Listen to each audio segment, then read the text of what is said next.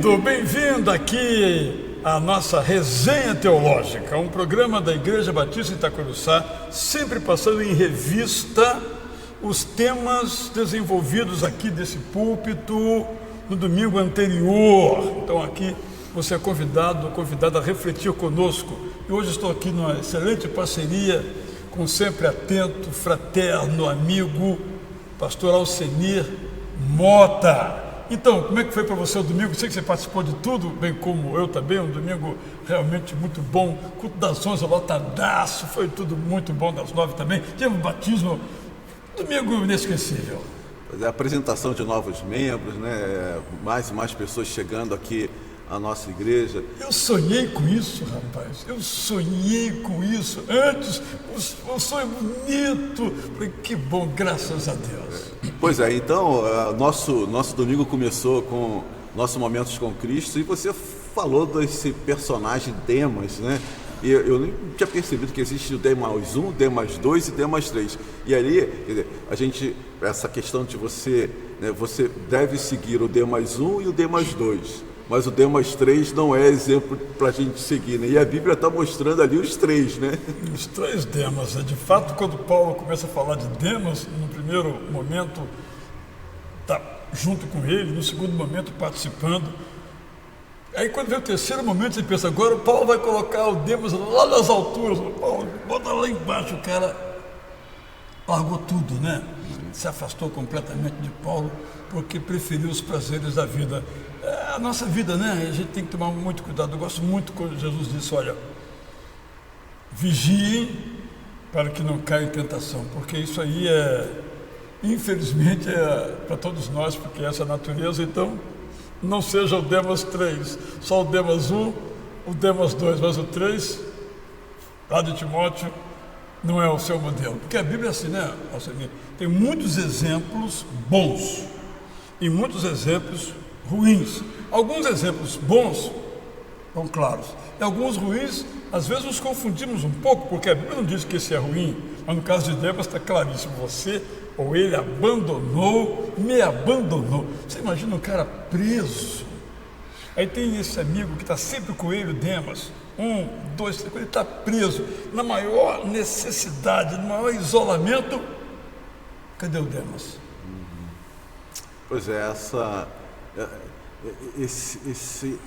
esse rompimento, né, Israel, às vezes com a graça, né, com esse amor de Deus, e que a gente vê, né, em vários personagens bíblicos, né, não é só Demas, né, você vê pessoas que começam caminhando bem, né, com Deus e por um motivo ou outro acaba, né, se desviando. A gente tem um exemplo aí que sempre deixa a gente muito assim triste, impactado, que é o de Salomão. E assim, é o perigo que a gente corre, né, na nossa caminhada, né? Gideão também. Pois é. Coisa triste. E mesmo alguns grandes heróis como Uzias, não é? Olha, muito. Por isso que a Bíblia é um livro realmente assim de outro mundo, né? Nos fala da vida como ela é, para nos ensinar a vida como ela deve ser vivida, né? Pois é, por isso que fica sempre o alerta, né, para a gente estar justamente procurando esses personagens que deixam exemplos positivos e ali imitando-os, né, e principalmente aquela fala do apóstolo Paulo, né, sejam meus imitadores como eu sou de Cristo. E ali não é porque Paulo tenha sido sempre perfeito, né, a gente tem aí no próprio apóstolo Paulo, tem aquela briga que ele teve lá com Barnabé, né, e tal, aquela separação. Você vê que é um camarada que não tem... Quem estava errado? Paulo ou Barnabé nessa briga? Me diz aí. Eu tô do lado do Barnabé. Do lado de Barnabé. Eu acho que o Barnabé agiu com graça. Você acha que o Barnabé foi o problema ou o temperamento de Paulo foi o problema? Hein? Eu acho que esse exemplo aí de Barnabé e Paulo serve até para a gente aqui caminhar com o culto das 9, né? Que você deu muita ênfase na questão da graça, né? E você vem pregando aqui sobre aqueles personagens ali, os amigos, né, de Jó, e aí você falou sobre Eliú, né, e justamente com aquela questão da justiça retributiva, quer dizer, se você está sofrendo é porque você cometeu algum pecado. E eu acho que ali Barnabé e Paulo, um agiu com graça e o outro agiu, ele errou, então tem que pagar, não quero mais esse cara na minha equipe. Mas depois, Paulo diz o que sobre Marcos? Pois é, aí lá na frente, ou seja, houve uma caminhada positiva na história de Paulo, né? Que a gente vê justamente que nos coloca no tema da justiça restaurativa, né? E não retributiva. São duas palavras importantes de a gente considerar, né? A justiça restaurativa, nela está presente a ideia do arrependimento e da disciplina. Mas a disciplina não é punição, é visando a restauração. Então, essas diferenças às vezes a gente não percebe. E quando a gente dá muita ênfase ao pecado, às vezes nos esquecemos da restauração. Há muitos anos eu pregando aqui, e tinha uma situação muito complicada de uma pessoa que tinha um comportamento abusivo com outra pessoa, e aí eu preguei para essa pessoa: não tem solução. Aí no intervalo de um culto para o outro, o irmão diz assim: e a graça, como é que fica? Né? Então a graça sempre um ideal a seguirmos, um ideal a vivenciarmos. E o problema da justiça retributiva é que, além disso, ela garante, esse é um dos problemas, ela garante àquele que está vivendo de um modo correto apenas uma vida onde tudo vá bem. Então, eu sou correto e eu fico doente. Aí minha cabeça dá um nó. Eu sou correto, vim à igreja e sou alvo de um assalto. Fui assaltado tendo ido à igreja, não foi em outro lugar. Porque se eu sou correto, essa é a justiça retributiva. Só coisas boas vão me acontecer. Vou te contar uma coisa aqui. Quando eu estava aí no começo da minha vida de pesquisador, aí há mais de 50 anos e tal, eu tinha uma ideia, um projeto de pesquisa. E o projeto seria o seguinte: pegar uma família num determinado contexto, comparar com outra família, famílias, né, num contexto, no outro contexto, aquelas famílias que procuram seguir a Bíblia, viver segundo a Bíblia de verdade, o que acontece com elas ao longo da vida? E aquelas que não seguem a Bíblia. O meu pressuposto, a minha hipótese ainda é a seguinte: essa família que segue os mandamentos de Deus de modo honesto, não meramente hipócrita, mas honesto, sincero, verdadeiro, ela vai colher muitos bons resultados de uma vida segundo os mandamentos de Deus. Por quê? Eles não fumam, eles não bebem, eles não roubam, eles não matam, para dar algumas situações. Logo, não vão colher cadeia, não vão colher vício, não vão colher certas doenças, que algumas doenças são claramente consequência de nossas escolhas. E aquela outra. Então, a ideia seria isso. Mas só que isso, do ponto de vista metodológico, é difícil de você conduzir essa pesquisa, porque você não tem como saber quem tomará essa ou aquela decisão. Então, você tem que pegar uma comunidade, acompanhá-la durante 15, 20 anos e ver o que aconteceu nas 10, 15 vidas ali. Seria uma pesquisa maravilhosa, mas não fiz, não vou fazer, porque eu creio nisso, que a longevidade e a qualidade de vida, nós vemos isso aqui, daquelas pessoas que amam a Deus e procuram seguir os mandamentos de Deus, essa longevidade é com mais qualidade e quantitativamente maior dos que não são. Eu creio nisso. E você? Eu também creio. Tem até, agora não vou, parece que agora nas Olimpíadas teve uma, não sei, Ilhas Fuji, não sei se você ouviu falar, né? E o hino deles é o hino nosso do cantor cristão, né? E aí eu fui... Ou o cantor cristão, que é o hino deles. Pois né? é, tá até comentando, foi até o Rafinha, né, que é o nosso coordenador aqui de comunicações, que a gente, no bate-papo, acho que ele que falou, e depois eu fui ver, quer dizer, houve um momento na história daquela ilha, que houve um reavivamento, e aí, quer dizer, cairia dentro dessa tua pesquisa ali, né? Parece que eles realmente... tanto é que incorporaram até esse hino, né, ali como o hino nacional deles, quer dizer, tem esse propósito de seguir a Cristo. Mas é isso, o problema, né, Jael, e a nossa atenção é justamente perceber que nem sempre, né, o fato de nós estarmos certinhos, né, seguindo a Cristo, é sinônimo do que a gente imagina ser bênção. É uma das questões que eu tenho muito assim refletido é sobre o que é bênção e o que não é bênção, né? Porque uma coisa é o que é bênção na minha perspectiva e outra coisa é o que é bênção na perspectiva de Deus. Só que a gente vive sobre a nossa ênfase, né? Sobre o que eu acho, o que eu digo para mim, isso é bênção, aquilo dali não é bênção. Você ser aprovado no concurso e entrar inclusive no emprego é uma bênção? Provavelmente as chances são maiores, mas pode ser que esse concurso, esse emprego, leve você a uma desgraça, né? E você ser reprovado num concurso e é uma maldição. Eu, por exemplo, tenho essa experiência pessoal. Eu fiz há muitos anos um concurso para fazer um mestrado em antropologia. E eu não fui aceito.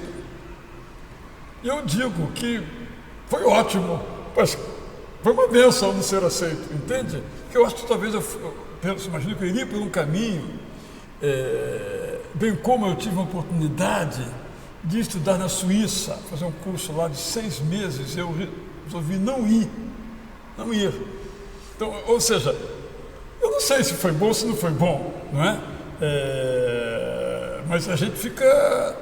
Eu acho que tem que ter humildade. A gente não tem certeza se isso... Perder um voo é bom ou ruim? Pois é. São essas questões que justamente que me... Sabe, não é que me perturbam, mas que eu tenho refletido muito e que me leva justamente a descansar em Deus, né? Essa questão vem a questão da soberania de Deus. Eu acho que quando a gente consegue, né, equacionar essa questão, é como você falou, perdi o voo. Pô, naquela hora ali, para mim, poxa, Deus, eu sou filho de Deus, né? E eu vivi também uma situação dessa quando estava me formando, né? Quer dizer, eu fui o único da minha turma que não conseguiu pegar o que pediu, né? Ali, todos que pegaram pedindo para ser voo, foram para voo. Eu fui o único que quis induzir o meu teste lá psicológico para não ser reprovado em nada, mas eu fui o único que não fui. Na época, eu reclamei, cheguei em casa falando, pô, tá vendo, eu sou o único crente lá e a coisa não aconteceu, os outros não são crentes. Eu falei exatamente isso. Os outros não são crentes e conseguiram, não sei o quê. Aí hoje eu olho e tenho essa mesma visão que você. Eu olho, pô, foi uma bênção para mim aquilo. Por isso que a gente tem que ter muito cuidado, e é essa, né, a conclusão que eu estou chegando, com relação a essa nossa visão do que é bênção, do que não é bênção, né? Então, quer dizer, você sair da igreja e ser assaltado, pô, isso não é bênção. Mas, claro, com certeza não é bênção. Pois é, mas a gente sabe, né, sabe, aquela imagem que você falou lá do restaurante, lá em Botafogo, você olha assim, a gente não sabe o que está ali do outro lado da cruz, da curva. Então, eu tô aqui elucubrando, né? Mas será que aquele assalto ali também não evitou algo muito mais... Você não sabe. Pois é. E não vai desencadear uma atitude perante a vida também? Pois é. Então, eu sempre uso com o meu caso pessoal, né? Eu passei parte da minha infância em hospital. Eu fui operado pela primeira vez do ouvido aos 8 anos. Isso não é bênção. No meu olhar, eu olho assim, poxa, o cara não jogou bola, o cara não soltou pipa, não aprendeu a nadar, não aprendeu a andar de bicicleta, não é uma negação, esse cara não vale nada. Então, mas a sua história justamente se aplica dentro dessa ideia. Né? Eu acho que aquilo foi bênção. Por exemplo, Jacó ser colocado num poço e vendido para o Egito, foi bênção ou maldição? José. Perdão, José. Não é verdade? Bênção ou maldição? Com certeza ali na hora foi... Mas ele reconhece lá na frente. Pois é. Ele vai... Ele diz assim, não foram vocês, meus irmãos, Deus que me mandou aqui. Deus usou um meio ali, francamente, não podia ter outro não. Ele não podia fazer turismo do Egito, então foi como mercadoria, tráfico de escravos, né? Pois é, já. Então o domingo nosso caminhou e a gente chegou no culto das 17, onde você, né, concluiu aí a predestinação, olha, os trancos e barrancos correndo e tal, para não deixar de terminar, né, essa série que foi muito abençoadora. E esse tema é um tema que sempre, né, vem sendo discutido aí ao longo dos séculos. Eu acho que você conseguiu aí nessa série trazer um pouco de clareza, né, essa questão da predestinação, né? Alcine, realmente chega a ser uma obsessão, no meu caso, uma obsessão. Falar, nos comunicar de tal modo que provoque, gere conexão. Eu acredito que a Bíblia, quando foi escrita, desde o primeiro milênio antes de Cristo, ou até um pouco antes, a tradição oral que se formou, era muito clara. Eu estou com um desafio agora, né? Estamos vendo Ezequiel, né? E aparentemente para nós é um livro difícil de entender.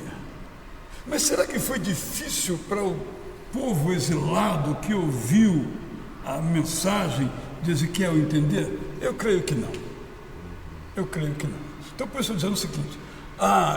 Hoje mesmo a pessoa mandou um sermão assim para mim com o seguinte título: fique atento à justiça de Deus. O que vem a ser isso? Há frases que nós vamos utilizando que não tem conexão. Então acredito que você falar hoje de um Deus irado, essa palavra irado, automaticamente será interpretada como? Não tem outra explicação. Deus está com raiva. Então eu acabo atribuindo sentimentos humanos como a raiva a Deus, que não os tem, não é? Então, como dizer isso? Essa é a questão. No caso da predestinação, ao meu ver, não faz conexão com o nosso mundo. Também não acredito, até tenho pensado sobre isso, que o livre-arbítrio exista. Eu sou homem, você é homem, já temos uma limitação, não é? Eu sou brasileiro, você é brasileiro, já é outra limitação, não é? Digamos agora das Olimpíadas, o atleta que teve grandes oportunidades e se desenvolveu. Atletas com poucas oportunidades e alguns se perderam e outros conseguiram. Então, por que, por exemplo, as potências mundiais são potências mundiais? Por causa de sua população que é grande, como é o caso do Brasil também, e por causa das condições para o esporte. Então, nos Estados Unidos, por exemplo, Estados Unidos, a pessoa sabe que tem que fazer a universidade, é particular, e ele tem que pagar essa universidade, e é caro, muito caro. Mas se ele for um esportista de proa, de destaque, atleta, basquete, ele tem uma bolsa para estudar. Então, você tem todo um sistema que estimula. No caso do Brasil, o único estímulo é se virar sozinho e ficar rico. O estímulo da riqueza, mas não tem um estímulo do valor do esporte. Eu não vejo esse estímulo em nosso país. Isso se aplica a outras áreas também. Mas só pegando que os Estados Unidos, não sei como é que é na China, não sei como é em outros países, mas há um ambiente que propicia se tornar uma potência mundial. Ou seja, então, nós aqui que não temos essa cultura, esse ambiente, já é uma limitação ao nosso livre-arbítrio. Então, mas mesmo dentro dessa nossa liberdade limitada, nós temos um grau aí de livre escolha, de livre-arbítrio para decidir o que nós queremos decidir. É claro que, no caso da predestinação, nós encontramos um problema com a soberania de Deus. Agora, como eu sempre digo, a soberania é santa e compassiva, não é despótica, arbitrária, que escolhe esse será salvo e esse não será. Então, quando nós falamos isso, nós fechamos a porta do cristianismo às pessoas que, peraí, eu não posso escolher? Não pode escolher. Não tem comunicação, não tem conexão. Eu acho que a nossa teologia, nós sempre temos que estar refletindo para que aquilo que nós falemos tenha conexão. Não está na Bíblia? Está na Bíblia, mas será que realmente está na Bíblia? Ou nós aprendemos a ver na Bíblia aquilo, né? Aliás, domingo tivemos uma experiência interessante do batismo, né? Da Lívia Bruder, foi sensacional, né? Então, subimos ao batistério ali atrás, né?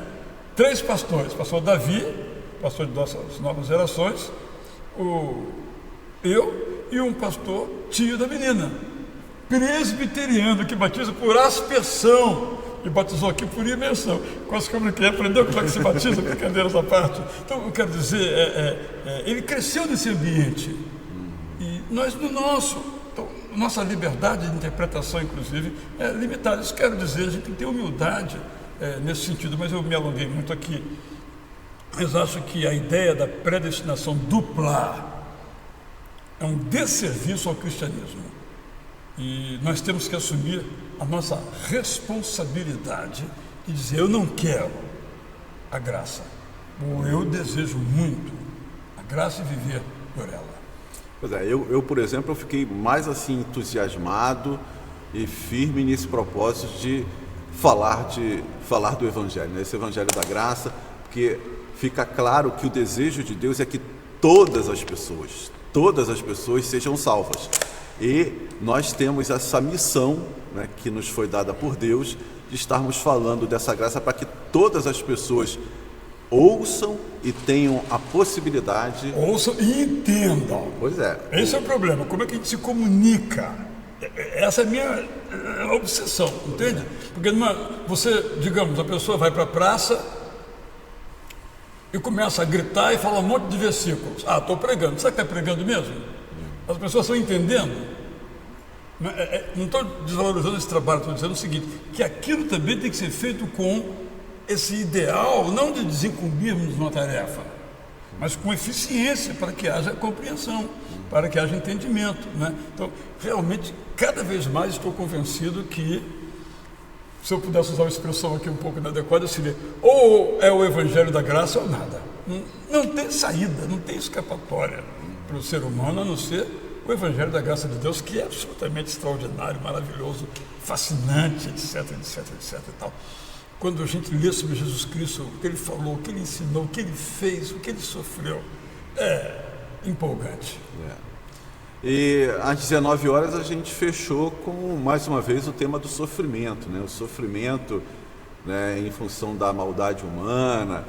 E aí você utilizou ali, né, João em Patmos, também utilizou a vida de Paulo, né, todo o processo ali de Paulo.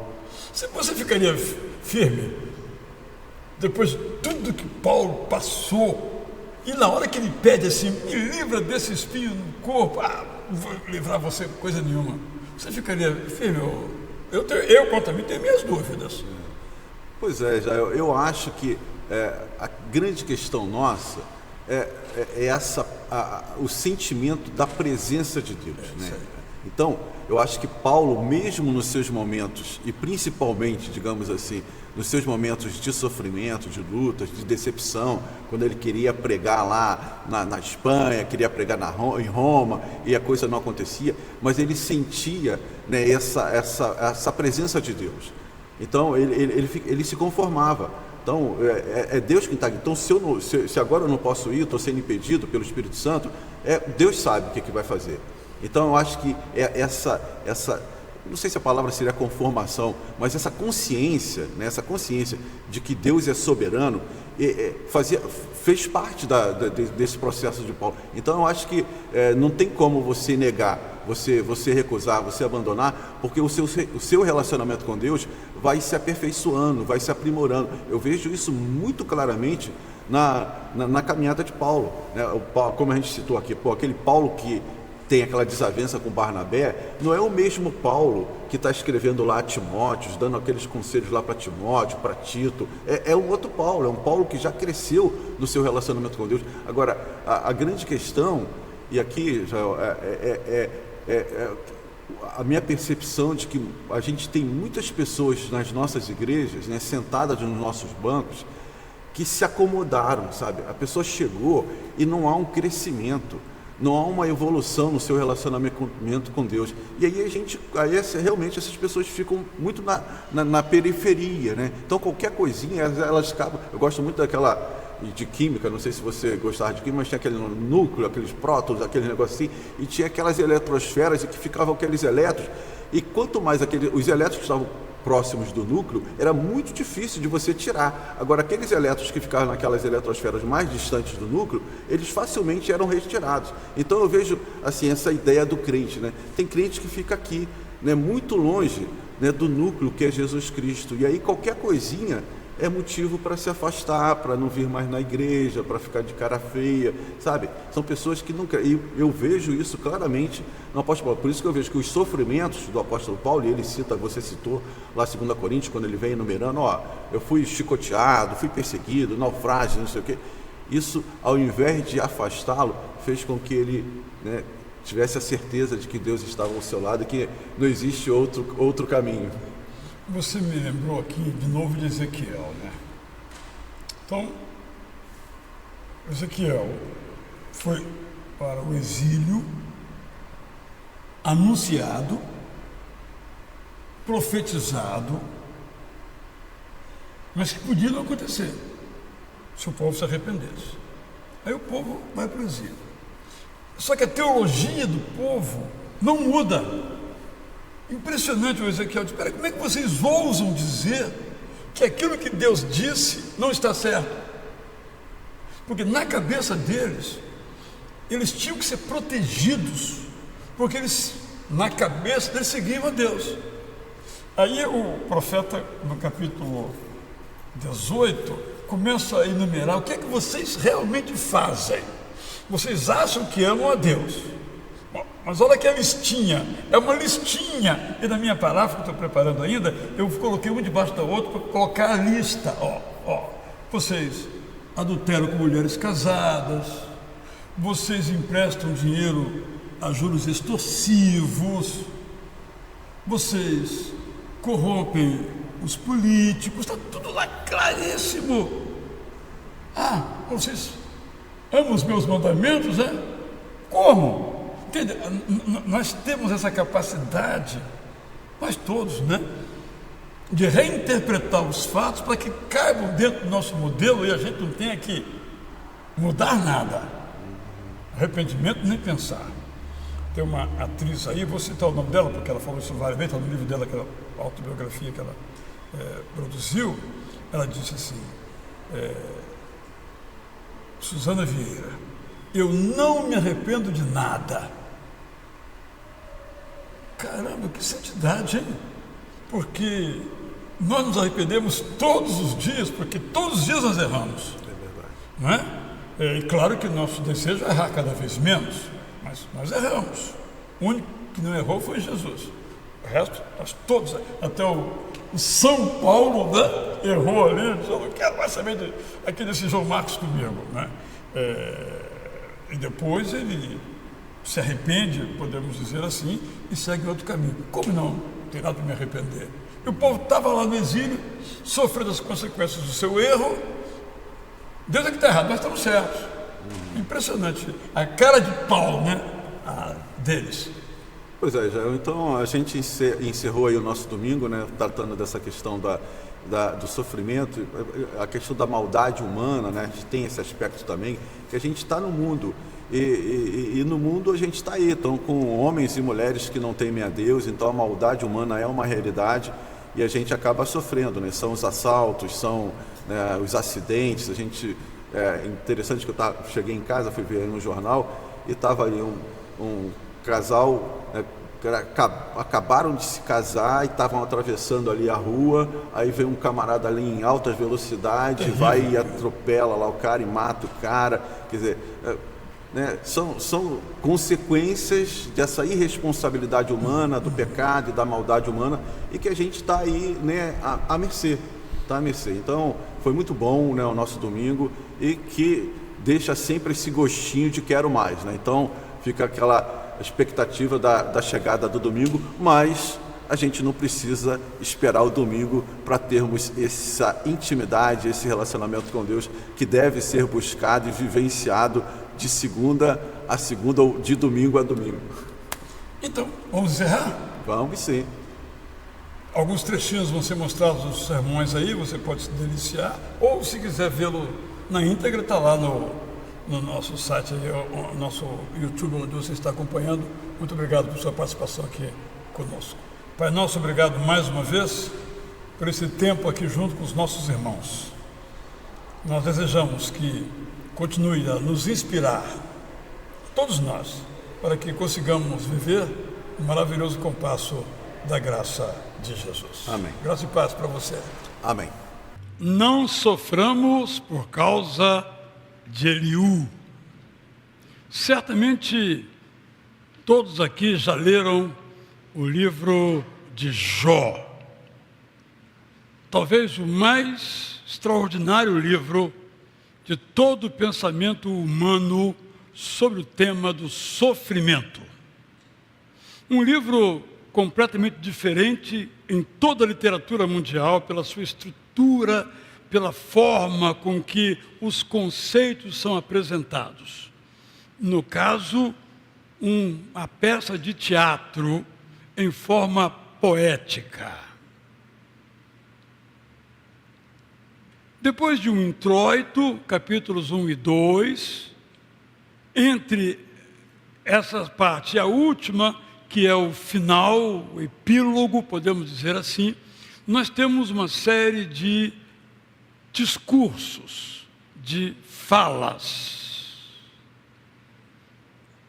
São 3 amigos que chegam para confortar Jó em grande sofrimento e que depois dessa experiência, esses amigos começam a explicar o sofrimento. E aí a tragédia, que não era pequena, aumentou.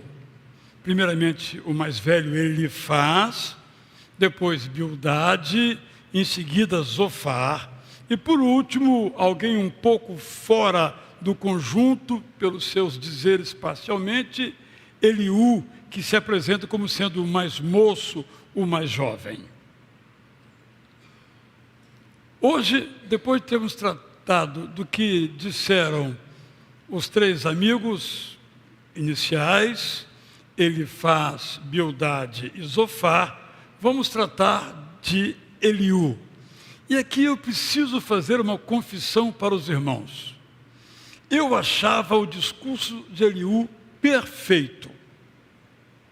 Eu achava até que o discurso de Eliú antecipava o discurso de Deus.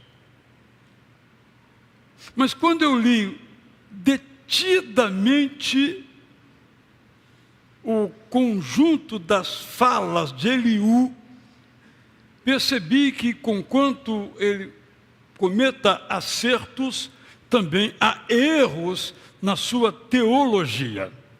E eu tenho destacado que a teologia não é apenas um estudo abstrato, mas é uma coisa muito valiosa. É com a teologia que nós temos que nós oramos. Porque nós cremos que Deus responde a nossa oração. É com a teologia que nós temos que nós cantamos. Porque a nossa teologia diz que Ele é digno do nosso louvor. É com a teologia que nós temos que nós trazemos dízimos e ofertas para agradecer o que Ele nos tem feito. É com a teologia que nós temos que nós vamos para outro país evangelizar. Sem essa compreensão teológica, essas ações inexistiriam. Por isso é importante refletir, cada um de nós, sobre a teologia que cada um de nós tem.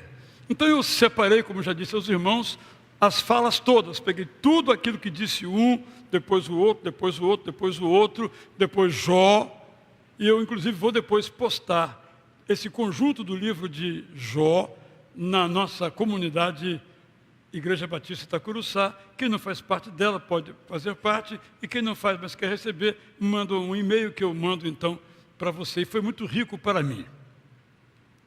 Então, eu trago alguns elementos da fala de Eliú, destacando primeiramente os erros teológicos de Eliú.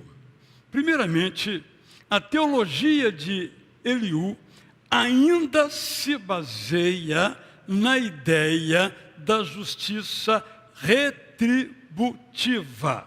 É uma palavra de pouco uso, mas importante, a justiça da retribuição, do crime e castigo, da bênção e maldição. E essa teologia, embora os atos de Jó não a corroborem, não concordem com a teologia, é preciso torcer os fatos para que esses fatos caibam na teologia. E por ter essa teologia retributiva, Eliú vê culpa pelo seu sofrimento, pela sua dor, em Jó, o pecador. Eliú não consegue ir além do esquema culpa e castigo, pecado, sofrimento. Leio um trecho, Jó 34, 10 a 15, leio na versão Prazer da Palavra. Diante disso, um pedido lhes faço, para que raciocinemos, fala ele com os demais colegas. É impossível que Deus pratique maldades. É impossível que o Onipotente seja injusto. Eis o que ele faz, na verdade. Os seres humanos recebem apenas e tão somente o que merecem. Portanto, Deus o mal não pratica. Ele jamais corrompe a justiça. Ele é o governador do universo afinal. Ele tem tudo sob o seu controle total. Se, hipoteticamente, Deus só em si pensasse, no exato momento em que isso acontecesse, toda a humanidade desapareceria, todo ser humano ao pó voltaria. Os erros e os acertos de Jó. O livro que leva o nome dele tem 103 mil caracteres, dos quais 45 mil são falas de Jó. Recebe justamente, portanto, o livro o nome de Jó por estas, obviamente, e outras razões. Quando nós lemos o livro de Jó, nós temos que nos lembrar que estamos lendo o Antigo Testamento. Nós não podemos ler o Antigo Testamento sem que seja iluminado pelo Novo Testamento. Eles não se contradizem, mas o Novo Testamento coloca a luz que nos permite compreender em sua inteireza o Antigo Testamento. Digo isso porque, às vezes, há cristãos que ainda estão apenas no Antigo Testamento. E eu quero repetir o que disse no culto anterior, quando falei sobre Eliú, que cada vez mais eu, Israel, tenho que radicalizar na graça. Porque o sistema meritocrático, em que a salvação se dá pelo mérito, em nós convive, honestos sejamos, com o sistema da graça, onde o mérito não tem nenhum valor para que a graça aconteça. Jó trabalha, opera no compasso da meritocracia. Essa foi a sua crise. Porque, sendo eu uma pessoa justa, íntegra, o próprio Deus atesta a integridade de Jó, estou sofrendo. Enquanto muitas pessoas perversas estão se dando bem. Esse é um dos grandes desafios à fé. Eu me recordo que há muitos anos mesmo, quando a minha filha fez um ano de intercâmbio nos Estados Unidos, foi para uma família que tinha perdido a fé. Porque um dos queridos da família tinha morrido. E aquela morte desencadeou consequências terríveis na vida daquela família, inclusive a perda da fé. De fato, se nós baseamos a nossa vida na perspectiva veterotestamentária, na perspectiva do mérito,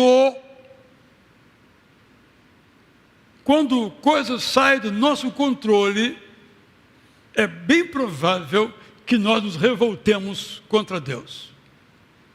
O que nos mantém firmes na fé é a graça. Mas não só a graça de Jesus para conosco, mas a crença na graça.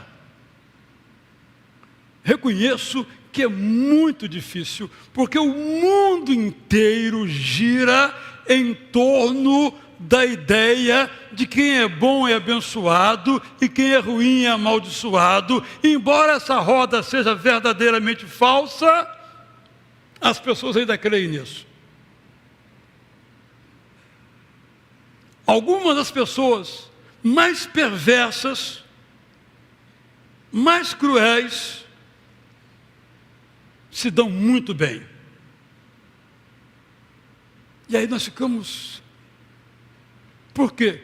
Ainda operamos a lógica do crime e do castigo, da bênção e da maldição, do fazer e do receber. É nesse contexto que os amigos de Jó e o próprio Jó estão totalmente mergulhados. Mas temos então que nos lembrar que Jó não tinha a Bíblia toda para nela ser conduzido. Nós temos. Jó não tinha uma igreja onde fosse doutrinado. Nós temos. Jó, e ele é maravilhoso no que ele diz, o autor, a pessoa, o personagem Jó, só tinha a lei natural, por isso tanto destaque no livro a natureza, Deus operando na natureza, porque o recurso que eles tinham para ver Deus era a revelação natural e o senso comum. Só que a revelação natural e o senso comum falam do pecado, falam da maldade. E o senso comum até hoje nos fala de um Deus irado contra o ser humano. É conhecido um dos mais famosos sermões já pregados por um cristão, Jonathan Edwards, tem como finalzinho que nós estamos nas mãos de um Deus irado. Irado no sentido antigo da palavra, não do novo. No novo, irado é legal. Fulano tal é irado, ele é bom. Mas no passado, irado era cheio de raiva, raivoso.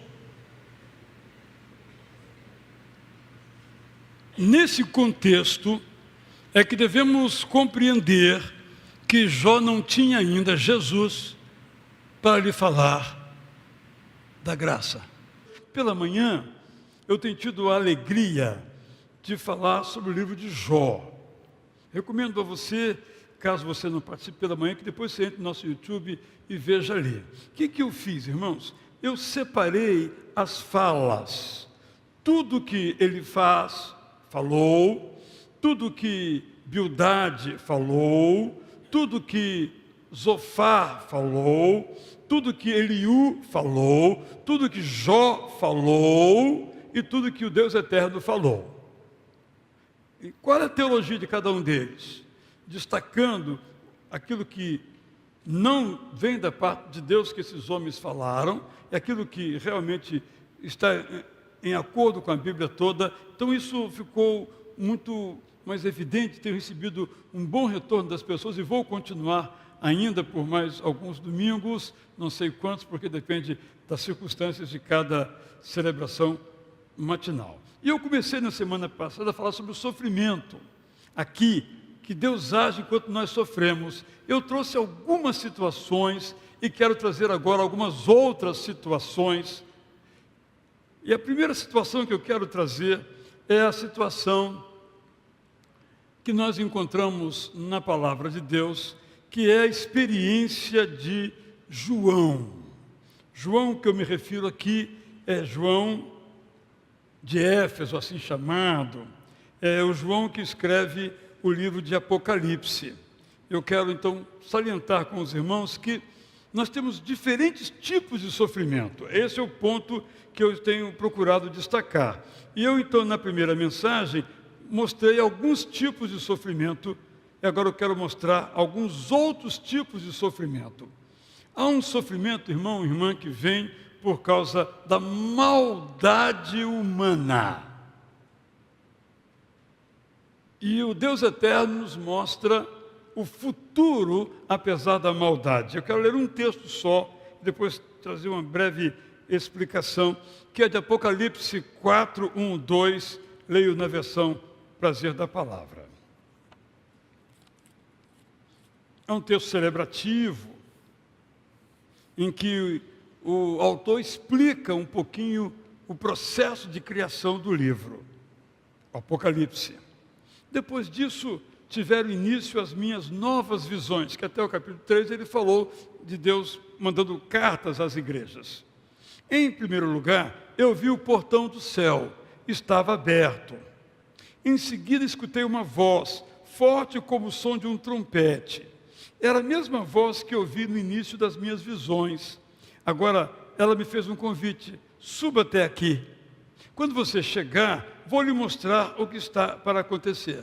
Então, fui espiritualmente transportado para o céu e me vi diante de uma cadeira elevada. Tinha alguém sentado nela, era o Pai Eterno. O que essa história nos mostra? Vamos só recordar. Este livro, Apocalipse, foi escrito por volta do ano 95 da era cristã. Qual era o problema que vivia o autor?